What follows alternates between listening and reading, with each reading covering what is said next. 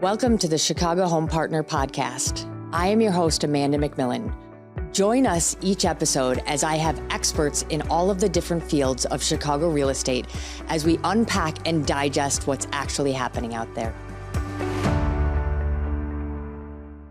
Okay, we are back at it, episode 20, and I have been dying to introduce this next guest.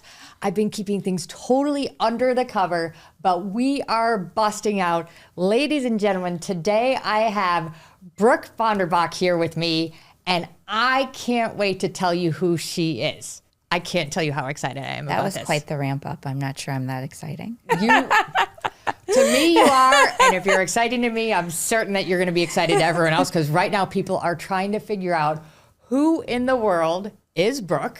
Tell me who you are and tell me a little bit about your real estate journey so far. Sure.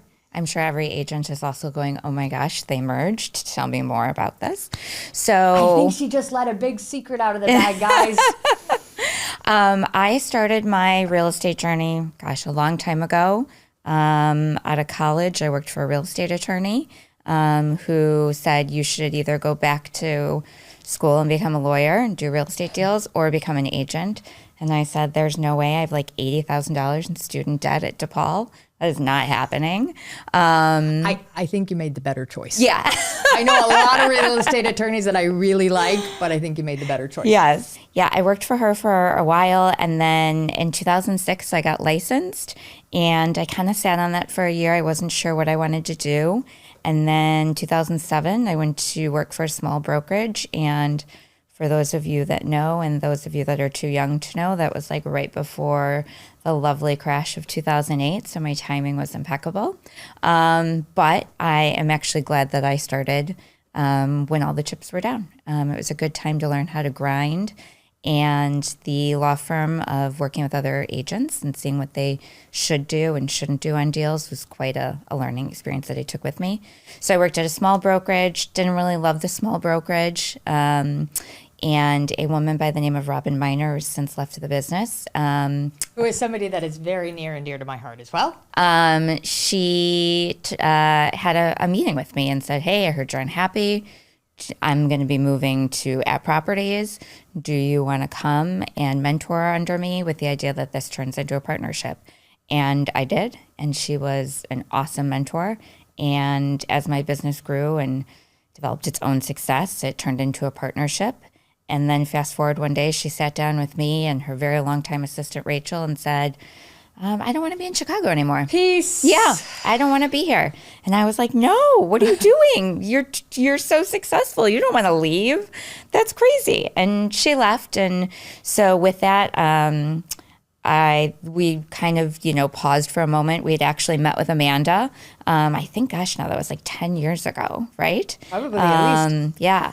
And so 10 years ago, we sat down to see if it made sense for us to merge at that point. It didn't. I don't think either one of us can say exactly why. Just there was still a lot of moving pieces. And I think I had this fluffy dream of running my own team. And so I did for a long time. I ran my own team. I adopted Rachel, Robin's long-term assistant, and she was with me for a very long time. And the team was very successful. But then, a couple of years ago, I had a bit of a health scare, and I had to take a break for 8 months. And I did rely on the team, and they were amazing. But after that, it just changed my perspective. And Rachel wanted to leave and go work in corporate America and have a 9-to-5. And God love her, I don't blame her at all. And I really supported that journey. And my cousin, who had been on my team and my right-hand girl for a very long time, moved to Philadelphia.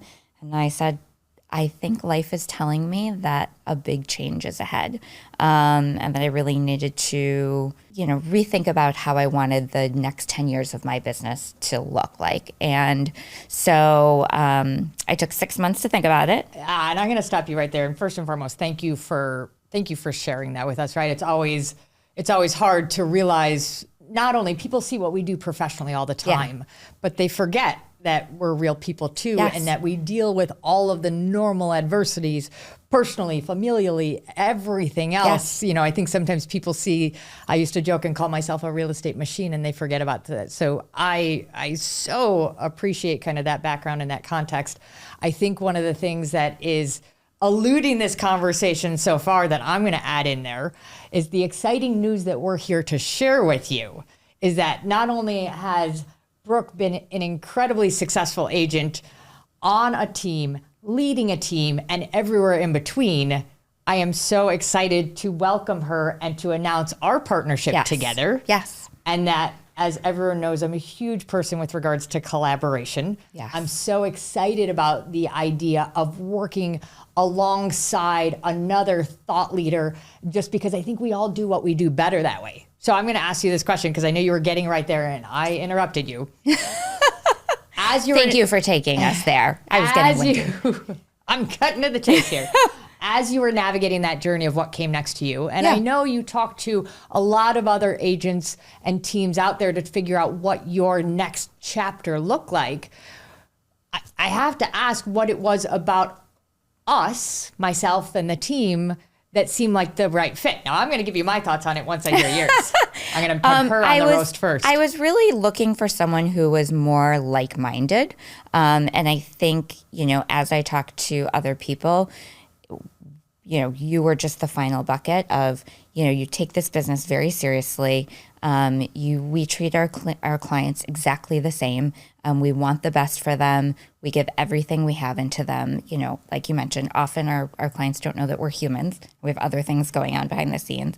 But I'm not a big socialite, party girl. And a lot of these teams are like very into these like big events, and it's just a lot of fluff. And I was looking for something that just wasn't fluffy. It's real, it's educational. Amanda and I don't act like we're salespeople. We are educators, and we're very, very protective of our clients. And that's exactly how she runs her business. And that was exactly what I wanted to be aligned with. And it's funny you say that, because for me, we were navigating, obviously, as everyone knows, we had a lot of personnel changes at the end of the last year, and we were looking for somebody to grow with. And it was so funny. Brooke and I, our paths have crossed on multiple occasions throughout the years, right? Yes. There have been many times that we've been close. We've had these discussions before. The timing just wasn't right? Yeah, we weren't in the right places. Yeah.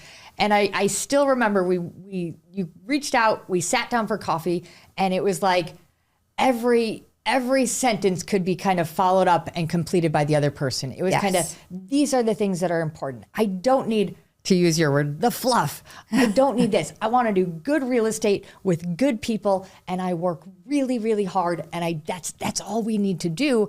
And that is just something that resonated so much with me. So as I had talked to a lot of people looking to kind of become part of this, it's like I felt like we walked out of that meeting and it was like, okay, what's next? Yes. I didn't want to be on a team that was a lot of people. I don't think numbers equals success. I think it's quality over quantity. Yeah. And Amanda and I both are aligned that way. And I didn't want to run my own team again. It's exhausting. There's a lot of turnover. A lot of turnover. A lot of people who, if you're watching this and you're thinking about starting your team, it's hard. There's a lot of newbies who look for you to feed them business over and over, and it's a huge burden, and it can take away from your client base a bit. So Amanda and I aligning felt like we could bring really high-level experience to our clients, and not send our clients out there with people with lesser experience. So let's transition. Let's start talking some shop. Yes.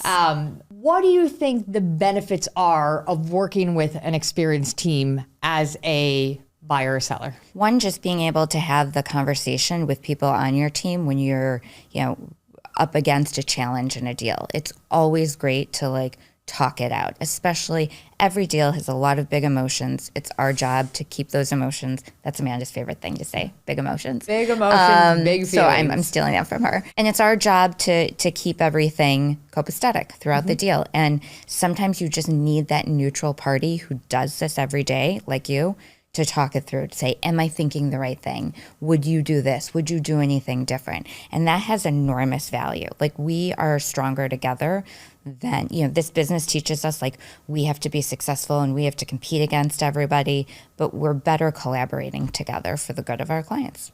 In the very beginning of my career, I had the pleasure of watching a gentleman by the name of Tim Saunders present at a convention. At the time, he was the chief solutions officer for Yahoo. He now has gone on to have a very successful consulting business. He wrote a book back in the early 2000s called Love the Killer App.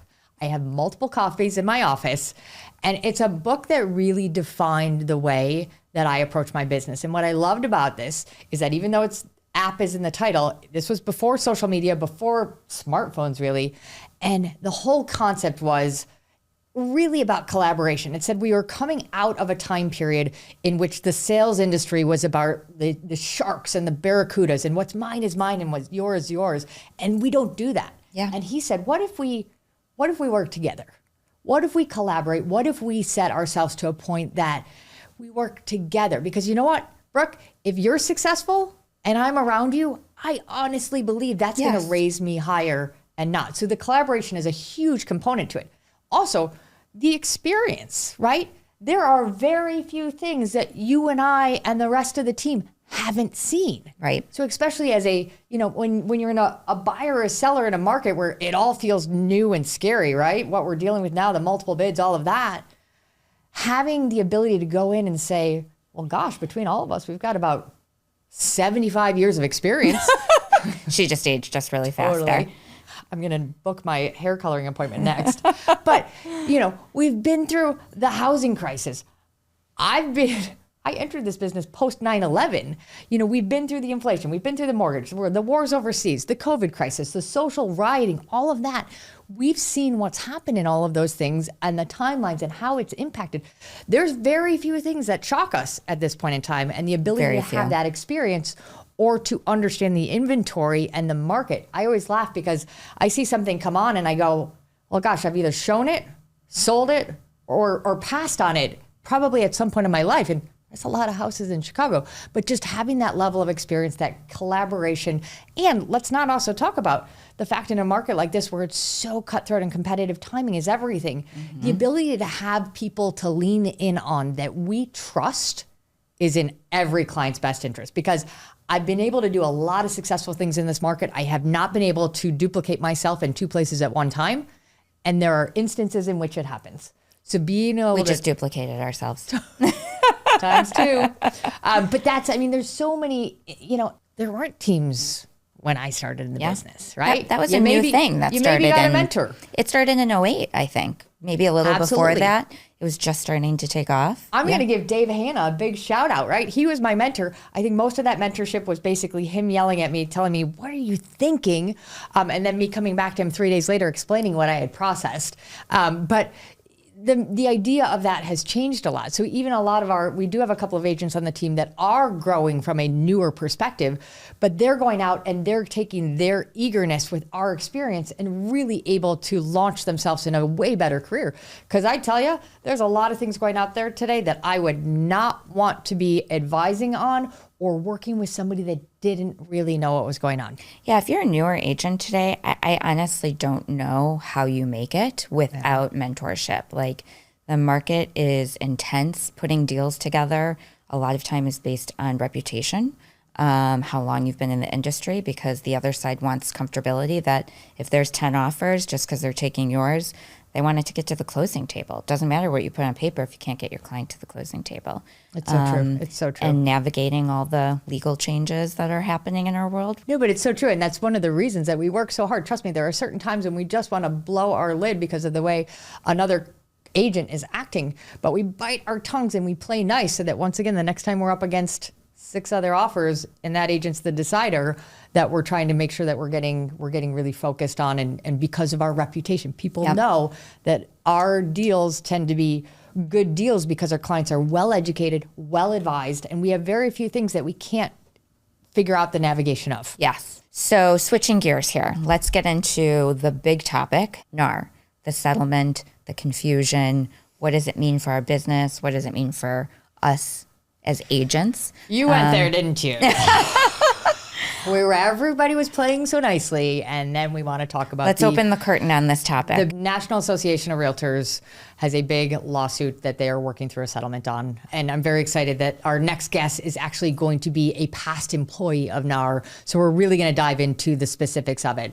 But this is something that is making huge news, rippling our industry, causing a lot of confusion with consumers. And let me jump in. A lot of misinformation in the news. Tons. So I think we, especially you, are here to help clarify that, because there's so many inaccuracies right now. So bring us full circle on that. The concern is that there is some unethical behavior with the way the commission structures are being put out there now, or were being put out there, especially with regards to how buyers agents were compensated and how that compensation was advertised. Right now, I think the biggest thing to understand on this is that, is this going to have an impact on our industry? Yes. Is this going to have an impact on us? My gut is not too much. The reality is that, yes, there are always people in a certain industry that are not doing things properly, right? It's true, whether it's real estate, whether it's mortgages, whether it's attorneys, doctors. Every world has its bad seeds. But the reality is that the top of our industry has been practicing it very ethically and very transparently for a very long time, us included. Now, is this going to force us to even improve and get better at what we do and get even more transparent on what we're doing for the right intentions of what we do? Absolutely. But this is something that, in my opinion, isn't going to have a huge impact on our industry, and certainly not on how we work with our clients. I think it's going to impact sellers less, and probably buyers and the way buyers are represented in that process more. It's going to become more formal. With sellers, we always sit down and meet with them. It's a very formal process. And I feel like, yes, you and I sit down with buyers and we do make it a formal process, because that's how we run our business. That's what we do. But most agents don't run that side of their business in a very formal way. And we've run into that a lot. So I think that's a good change that's coming to our industry. I agree so much, right? You and I have both been through so much adversity in this market. Yes. In this business, right? We have faced it head on. And I think we can both agree, every time we face something like this, we emerge on the backside better. We do what we do better, and we're more seasoned and we're more articulate, and we are able to stand up for what is in the best interest of our clients even better. And so I look at it and I say, you know what? Bring it on. Yeah. I'm excited for it. We have to evolve with change. Right. And people fear change, yes, but change is great. Yeah. We've seen a lot of changes in our life. We've been through a lot of, 2008, COVID, different political issues going on, and we always come out on the other side. No, for certain. And like I said, this actually is the perfect tee up. Our next guest that's going to come in is a gentleman that spent a decade with National Association of Realtors. I am so excited to welcome my next guest. Mr. Todd Carpenter is here. Not only is he a thought leader in the real estate realm, I have known him for decades, and he worked for quite some time for the National Association of Realtors. So we are so pleased to welcome here today. Todd, thank you so much for being here. Well, you're welcome, and I'm glad to be here. It's exciting. Todd, tell us a little bit about yourself, your background, your involvement in the real estate, as well as your involvement with NAR. Sure. So I was actually born into real estate. My mom was a real estate agent when I was a kid. So I always used to joke that MLS books were my booster seats back in the day. And I got into mortgages right out of school during the first big refi boom in the 90s. Got into technology, mortgage technology at first, and then sort of got into social media after that. And that's when NAR hired me originally, is to help them with their social media strategy, which today is something that like an intern does. But at the time, it was a pretty big deal. How long were you with them? Over a decade. So I helped them build their social media strategy, and then I left and worked at Trulia for a little while. And then I came back and I helped them build their member data analytics department, where they were trying to understand more about their own members. And then for the last 4 years, I worked for one of their subsidiaries, which was called Second Century Ventures. And there I helped technology companies sort of navigate the real estate, especially the organized real estate industry. And now I do that independently. as we talked about before, the media is filled, the news lines are filled with this National Association of Realtors lawsuit. Can you tell us a little bit about it? Sure. So, and of course, I'm not a lawyer, so I'm not going to speak to the legal points of the case, but... Wait, I'll stop you on that. This is one of those disclosure moments, everybody. Todd is not a realtor. He is not a lawyer. He has worked previously for the National Association of Realtors, and now we're going to hear from him. Yeah, and I do think growing up in this industry, it gave me a lot of perspective on it even before it happened. And I think a lot of the people that weren't particularly proficient, not the best agents, really weren't doing a very good job of disclosing how they get paid. And that's really the agents that were buyer's agents mostly.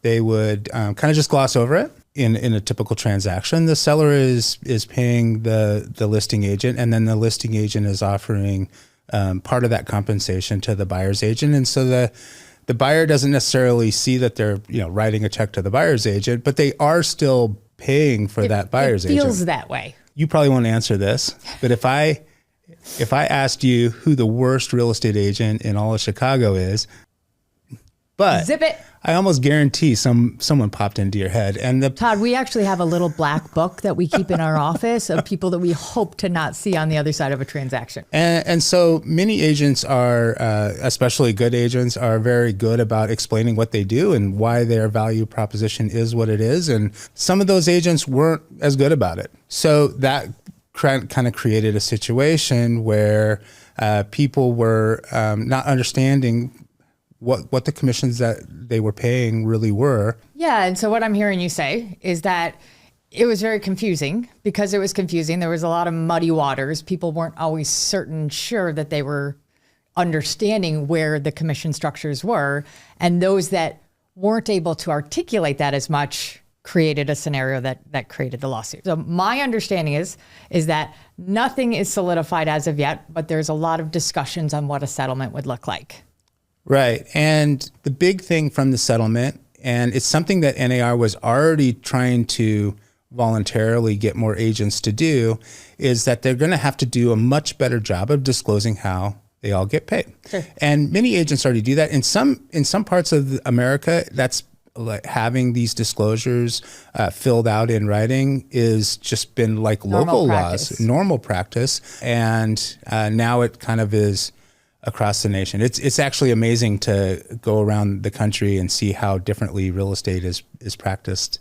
For instance, Chicago listing agents do way more work than almost any other agent in the country because they go to all the listings and they're far more active in it. I didn't pay him to say that, anybody. Just so you know, you heard it here first. Chicago real estate agents on the listing side work really hard. It's true.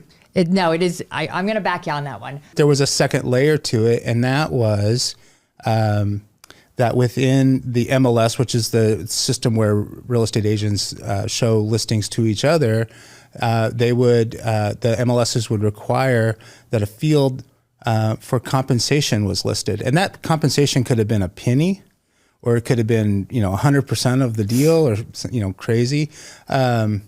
And the reason why they did that was to kind of add transparency to the real estate agents about what is being offered, but it wasn't really being then extended to the consumer all the time. And there were people that would manipulate that in certain ways. Like I remember when I was a loan officer back in the 90s, there were builders that were in the MLS that would offer like 11% commission to show their homes. And so they were trying to encourage these agents to show the houses that would pay them the most. Overly incentivize them. Right. I'm with you on it. Are things going to change? Absolutely. But I think there's so much opportunity for it to be better and stronger. I've always tried to be incredibly transparent on these conversations with clients. It's going to help me just improve my game on that to be able to articulate the value. So I really see, and this is probably coming from somebody that's done this for 23 years, faced a lot of adversity in this. I think that there is a tremendous amount of opportunity in this for growth. And I think there's opportunity for the consumers to benefit out of it. Yeah, I think overall it's a win for everyone that is either doing a good job or is a consumer that's trying to find someone that's doing a good job, because I do feel like it will weed out some agents that just weren't very good about doing the little things that transparency matters. And for certain. And I think one of the important things to note that people have tended to forget very quickly, the idea of buyer's agency was put into place out of the demand from the buyer. Buyers originally didn't have representation. It was a little bit more of that unregulated wild, wild west they were taken advantage of. And the idea of the buyer's agent was to protect their interest and have somebody on their behalf. And finding that, now you can't expect somebody to work pro bono. So I think it's about figuring out that, remembering that is a position that people wanted. All of my consumers right now, they don't want to navigate that aspect on their own, especially with what's going on out there. And I think that the media very cleverly is kind of navigating away from the idea of the actual representation and the fact that consumers want it. Yeah. And, I bring it back to the media often will talk about how much an agent makes on a certain deal. And you get what you pay for. It's so true in all aspects of life. This entire lawsuit seems to base a lot on the commission structure of it. And now the media is having a heyday with this. Per the media, commissions are going away. There's no more 6%. There's no more this. There's no more that. It's going to be the wild, wild west. Do you really see a huge change in commission structures moving forward? I think there might be a small change, but the reality is that those commission structures weren't dictated before. And there's a lot of real estate agents saying, oh, they've always been negotiable, but they weren't like bringing that up earlier, right? They weren't telling their own customer, hey, you want to negotiate on this? But there have been, discount brokerages is what I call them, but real estate brokerages. Are we allowed to say that? Well, I am not a realtor or a lawyer. I don't think I'm supposed to. And so there are brokerages that charge less, and that's part of their business model. And some of them have had limited success. Many of them pivoted to become more like regular brokerages. And so, I think a lot of consumers, I'm right now in the middle of selling my house. This is the most expensive thing that I own, and I'm selling it. And of course, I want a good person to represent me. And she's an agent that works, in my market. A difference of 1% is not as important as, does she know how to market this? Does she know all the people that are able to buy this house that are in that market? Does she know all the agents? Does she have a good relationship? Is she not in that black book that you're talking about, right?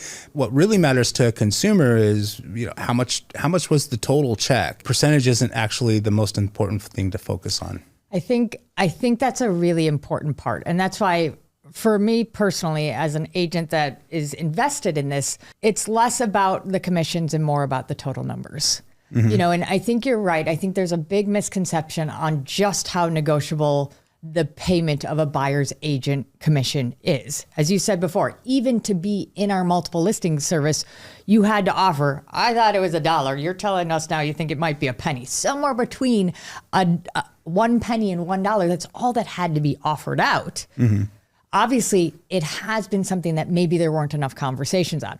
That being said, as an agent, understanding how the dynamic of a transaction works also understands that with how these changes go into place, certain properties, if there isn't an offering of commission, could become more expensive to buyers, right? Mm-hmm. If a buyer has to pay their agent separately, sure, then the cost of said property might become unobtainable or less attractive to another person. And that's why, as I've been having these conversations with my sellers, and I'm very, very fortunate that I get to work with a lot of very sophisticated people that understand, sometimes by offering more, we're going to widen our marketing pool and we're actually going to get higher numbers than if we didn't.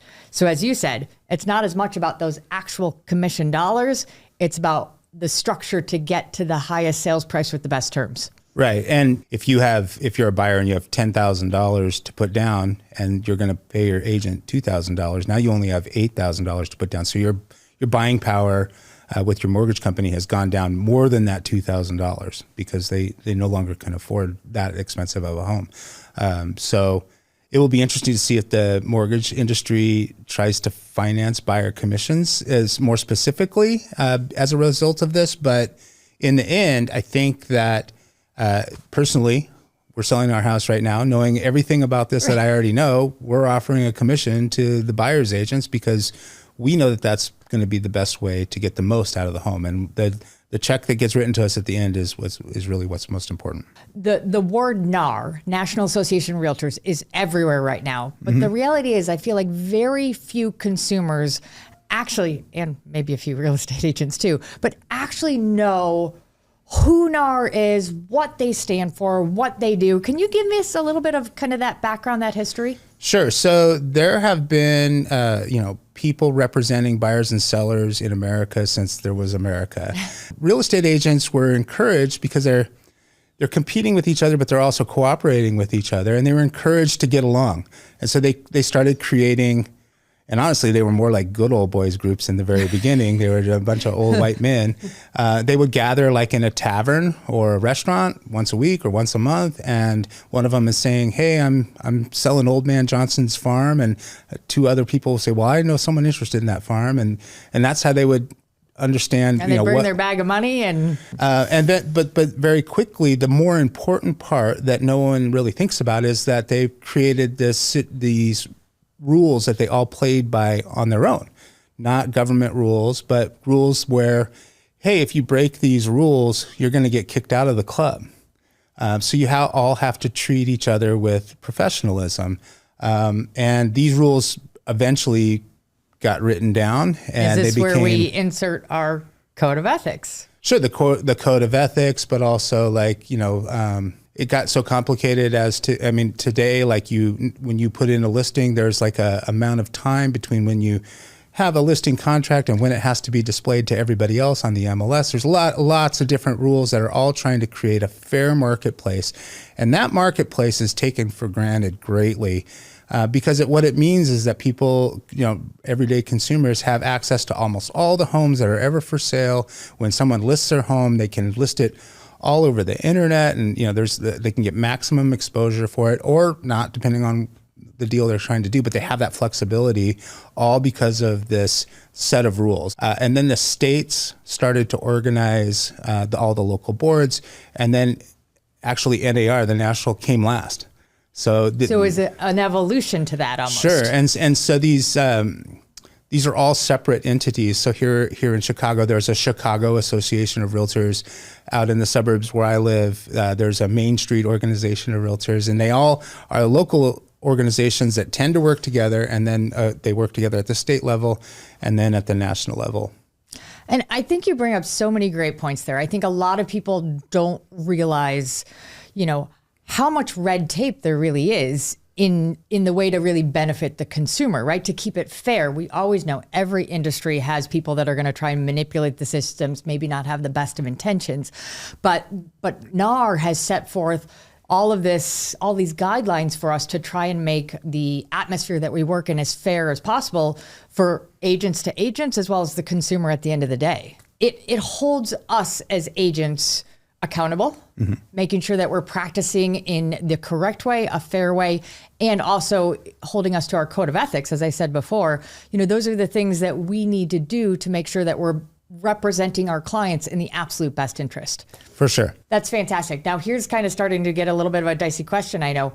Are all people that practice real estate members of NAR? No, and I believe there are around 2 million people who are licensed to sell real estate in the United States. About 1.5 million are NAR members. Out of that 1.5 million, there's probably 200,000 that are actually actively selling real estate every day and doing a good job. There's a lot of real estate agents. And I count my mom as one of these who still has a real estate license, sure, doesn't practice real estate. And so, but the active number of agents that really do a lot of business is probably around 200,000 for the United States. And they're almost all realtors. We talk a lot about that in our day and age, is that, we study the Chicagoland market, and the amount of agents that are actually doing the business is a small fraction of the amount of licensed agents at the end of the day. For sure. Okay, so here's another, I know, a little bit of a hot topic that we've heard. As these changes start to go into place, are agents still going to be recommended and or required, based on what you think, to belong to the National Association of Realtors? I think if you ask brokers, they see the value in both the MLS and the boards that run the MLSs and the National Association. They understand the long game of, for instance, if you're a consumer and you have a mortgage, you can deduct the taxes, your mortgage payment interest on your taxes. That's because of NAR. And it's only still in place because of NAR. And if you live in a flood zone and you're part of the National Flood Zone program, that's because of NAR. And so brokers see the value of this. And I think overall, if the broker who is contracting with these agents sees the value, then he or she is going to really want to require their agents to be participants in this organization as well. No, and absolutely. As somebody that is a member, I think it's invaluable. I actually think that it's a shame to me that the National Association of Realtors has actually taken a bit of the rap in it. Were there mistakes that were made and things that need to be corrected? Absolutely. But I think their wins don't always get celebrated so much. Just recently, we had a major win in Chicago with regards to the mansion tax. Right. And they had a lot to do with the money and the marketing spent behind that. And I don't think that that's the attention that they necessarily get. Nor do they even really want, and not because they don't want to take credit for a win for homeowners, but because they don't want to, for instance, be on bad terms with the mayor, or whatever, right? Because they're trying to do other things that they will. Are you trying to say that I'm now on bad terms with the mayor? No. But as a lobbying organization, there are lobbying organizations that are squarely on the left and squarely on the right. NAR has this phrase, which is kind of corny, but they call it the Realtor Party. And the idea is it's a bipartisan party. They work with aldermen, mayors, state senate, governors, federal government, organizations. You can't piss a lot of people off, right? You're not going to get what you want. And those change over time, and they need to be able to work with that bureaucracy that's all underneath it, no matter who's in charge. So they spend a lot of time working both sides of the aisle. And it makes perfect sense, right? They're not trying to get anyone upset with them. They're still trying to do their job. But as I mentioned that, it's because I think a lot of people, even within the industry that are members, don't realize that the good work that they're doing and the fights that they're fighting on our behalf, that's a big win for not only our homeowners in our city, but that's a big win for us within the industry as well. Yeah. What do you think that this means for the consumer moving forward? Because there are buyer's agents who have always kind of glossed over this, they'll have to figure out how to talk about it, or they may not be in business. See ya. So there may be less agents total. There may not. It's pretty, it all depends on how people adapt to this. I look at coming from the mortgage industry during the housing downturn, loan officers and loan originators had to do a much better job after that of disclosing how they get paid with yield spreads and things like that. And they all sort of adapted to it. So I feel like a lot of real estate agents that didn't do this before will just get better at doing this. But because that is on the table, this conversation, it certainly opens up the door for there to be more negotiation about those percentages, depending on, like I said, the listing agent here in Chicago does more than a listing agent in some other markets. And in those markets, if they're not staging the home and they're not there and they're not taking pictures and they're just putting it on the MLS, maybe those listing agents they don't necessarily think that they should charge as much as they used to because everyone's having the conversations about it now. Okay, so one of my favorite headlines as of late, and there have been some really good ones, talks about how this lawsuit and the changes that are expected are going to dramatically save consumers a lot of money, i.e. commission structure is gone. Is this something, and I'm going to ask you personally here, with your professional knowledge, do you really think that there is going to be a big change in the amount of money that consumers are paying in commissions? You're going to find that there's a lot of different business models that might be tested, but a lot of them have been tested in the past. And overall, I think that I don't expect the commission or the amount that they pay, the consumer pays the agent is going to change that much because consumers are drawn to the best agents. They're not drawn to the cheapest agents. And it's, like I said, the biggest transaction that they'll ever go through. And maybe the next one will be even bigger. But for right now, it's a really important deal. And no one goes out and looks for, the cheapest doctor. And it's a very similar situation. So I just don't agree with the sentiment of the press that things are going to change drastically. Sentiment of the press. That's so eloquently and politely said. Anyways, Todd, I can't thank you enough for being here. This has been amazing. It's so great to have your wealth of knowledge. As I said, you have been a renaissance man in this industry. We appreciate you kind of opening up the closets, talking a little bit more about the National Association of Realtors and bringing your experience with it. Thank you. Thank you. Okay, we are back. So our love fest is over. Let's start talking realities about the market of what everyone wants to know what's going on. Q1 is over. Like, where did that time go? Where did that go? Summer's almost here, which is so exciting. But Amanda, I'd love to hear, what did you see this year in terms of offers, buyers, sellers? I would say I felt a little surprised by Q1. The last few years, obviously, a lot of the things that we've been dealing with have been very, very similar. We know inventory has been bleak, and it's been kind of the name of the game. We know that the market, our spring market, has been starting early, kind of that mid-January, waiting till February. We know that we've been peaking kind of as we get into February, March, April. A lot of those things. And all coming into this year, we knew that when we got out of that really ugly interest rate realm, that there was a lot of predictions for the interest rates to get better as we got into this year. So the good news is interest rates did get better. They're still not great, but we saw from where they were to where they are improving. And I do think that got a lot of people's attention. So I felt like I started the year and I felt like there was a lot of activity, but not a lot to do. And what I mean by that is that buyers were ready and excited to buy. Yes. They wanted to buy. We were having a lot of initial conversations. We were having a lot of things. And sellers, they were starting to come out of the woodwork saying, oh, interest rates are looking a little bit better, and starting having those conversations. So we were very, very busy prepping for the year. But I would say what surprised me most was that I felt like our launch into the market was slow, right? We kind of just started to see properties trickling out. I agree. And not at the same level that we really expected it to. So I felt a little blindsided in that. The continuing story, I hate even saying the word anymore, but inventory. Yeah. Inventory has been it's down again, year over. And then the other thing that we've been really, really seeing is the media. The media has just been doing what they like with us. The media is so into projecting how down sales are. And this is one of my biggest pet peeves. So for example, they'll say, okay, home sales are down 5 or 6% from last year. Okay, we know that there weren't enough last year, but the thing is, the piece that they don't tell you is they don't tell you we have 10% less inventory. Right. So in theory, of course it's going to be down. we're outperforming last year. Right. But we don't have enough homes to sell people. And I think the other thing that I'd put out there that seems a little bit interesting to me is I feel like there's a little bit more segregation between the markets. Certain markets we have, in the start of the year seem ultra competitive. And then certain markets seem where people are being a little bit more critical and a little bit more slow to launch and move with regards to that. So that's been a kind of an interesting thing that I've seen.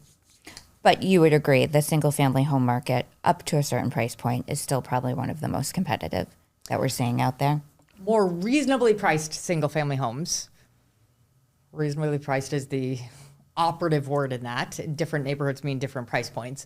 The other market that has just been cutthroat to me is the kind of the entry-level condo. Yeah. And I would say it's taking people longer, generally speaking, to find their homes. So starting earlier is probably better because you've had to reallocate timelines for clients because they probably didn't start early enough because, everyone's optimistic. They're going to find their home within a certain period of time. Yeah. And it's just taking a little bit more. No, I love that advice. We're people that we would rather have 12 months in advance with somebody to lay the groundwork, to lay the expectations, and to put in the homework when needed than 30 days. Trust me, I'm the person that you call me and say you need to be out of somewhere in 30 days. My blood pressure, which everyone knows can go up a lot, goes up. The vein in my forehead starts pulsing, and I am, that's a lot to do. So I agree with you. Kind of aligning with your team, your strategy, and everything like that is ever so important in what we're doing. So as we've talked about, as we were just talking about, certain markets are very, very competitive, right? Multiple bids. We've had as many as 24 offers on certain of our listings, which just seems a little insane to me. What is the best advice that you feel like you're giving to your buyers right now? It depends when they reach out to me, obviously. If I meet a new buyer who doesn't have an agent in an open house, I'm telling, and a lot of them will be like, oh, I'm just starting my search. I think they feel a little intimidated.